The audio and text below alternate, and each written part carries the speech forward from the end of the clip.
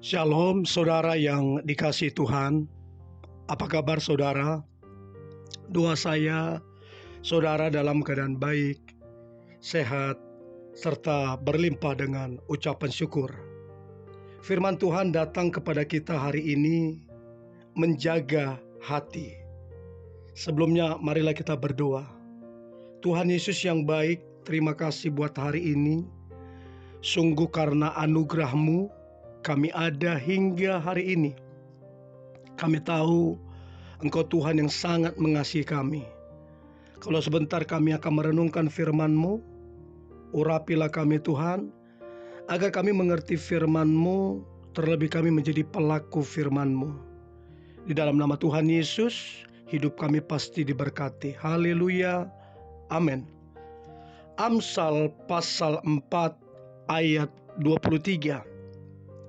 Jagalah hatimu dengan segala kewaspadaan, karena dari situlah terpancar kehidupan. Saudara, hati adalah sumber kehidupan. Apapun yang ada dalam hati ini akan terlihat jelas dari cara, gaya, dan sikap kehidupan kita. Artinya saudara, kita bisa mengetahui hati seseorang dari apa yang keluar dari mulutnya. Bahkan raut mukanya pun, raut wajahnya pun akan menyiratkan suasana hatinya.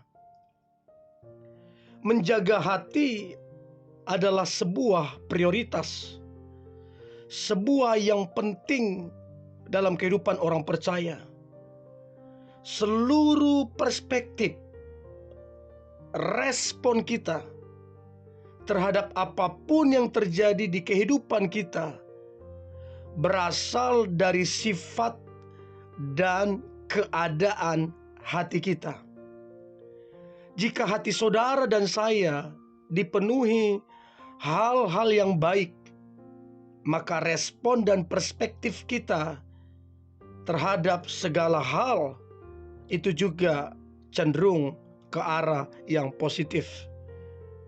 Tetapi sebaliknya saudara yang dikasihi Tuhan, jika hati kita terkontaminasi dengan hal-hal yang buruk, maka segala hal akan terlihat negatif.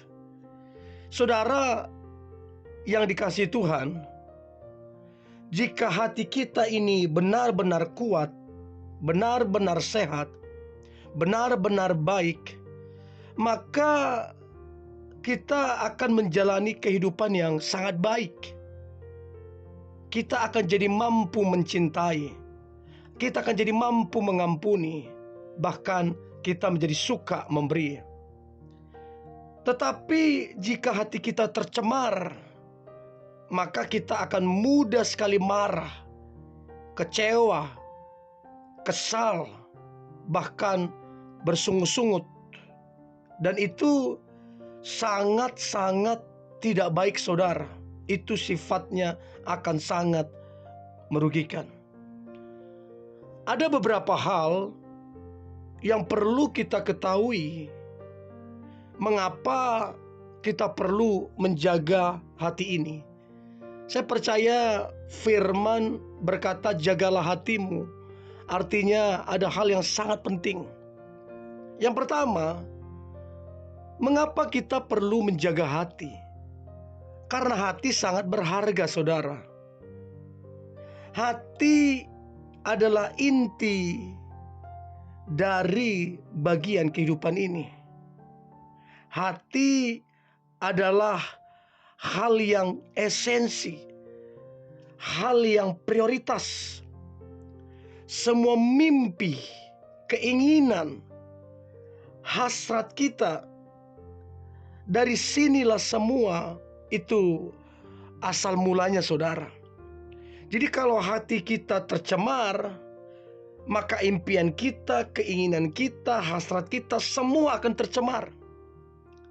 Hati adalah bagian yang terhubung dengan Tuhan dan orang lain. Saudara yang dikasihi Tuhan, jaga hati artinya itu benar-benar penting, benar-benar berharga, supaya kita memprioritaskan menjaga hati ini. Kalau dikatakan jagalah hatimu sebab dari situ terpancar kehidupan, artinya kalau kita menjaga hati dengan baik, kehidupan akan terpancar. Tapi kalau kita gagal menjaga hati, maka sebaliknya saudara, kematianlah yang terpancar. Nah, kemudian yang lain, mengapa kita perlu menjaga hati? Karena dari hati ada sumber yang perlu kita ketahui. Dikatakan mata air kehidupan, terpancar kehidupan. Dengan kata lain saudara, sumber dari segala sesuatu dalam hidup kita yang meluap dalam pikiran, perkataan, dan tindakan, semua itu terpancar dari hati saudara. Jadi hati itu pegang peranan yang sangat penting. Ketika Salomo mengatakan untuk kita menjaga hati, menyiratkan bahwa kita tinggal di zona pertempuran, di mana dalam peperangan yang akan mendatangkan apakah kemenangan atau kekalahan. Artinya kalau kita menjaga hati kita dengan baik, kemenangan akan terjadi. Tetapi sebaliknya kalau kita gagal menjaga hati kita, maka kekalahan yang akan terjadi. Saudara, ada beberapa dicatat di Alkitab, orang-orang yang tidak menjaga hatinya, akibatnya berdampak negatif. Contoh, saudara, Alkitab bilang Kain, dia panas hati, dia tidak menjaga hatinya, dia panas hati, sehingga dia membunuh adiknya Habel. Kejadian 4 ayat 6. Firman Tuhan kepada Kain, mengapa hatimu panas dan mukamu muram? Jadi Kain gagal menjaga hatinya. Demikian juga Saul, saudara. Saul menjadi panas hati. Dia menjadi panas hati hanya karena orang memuji Daud. Orang puji-puji Daud, orang bernyanyi bagi Daud, sehingga Saul berupaya untuk membunuh Daud. Kita bisa baca itu dalam 1 Samuel 18 ayat 7 sampai ayat 8.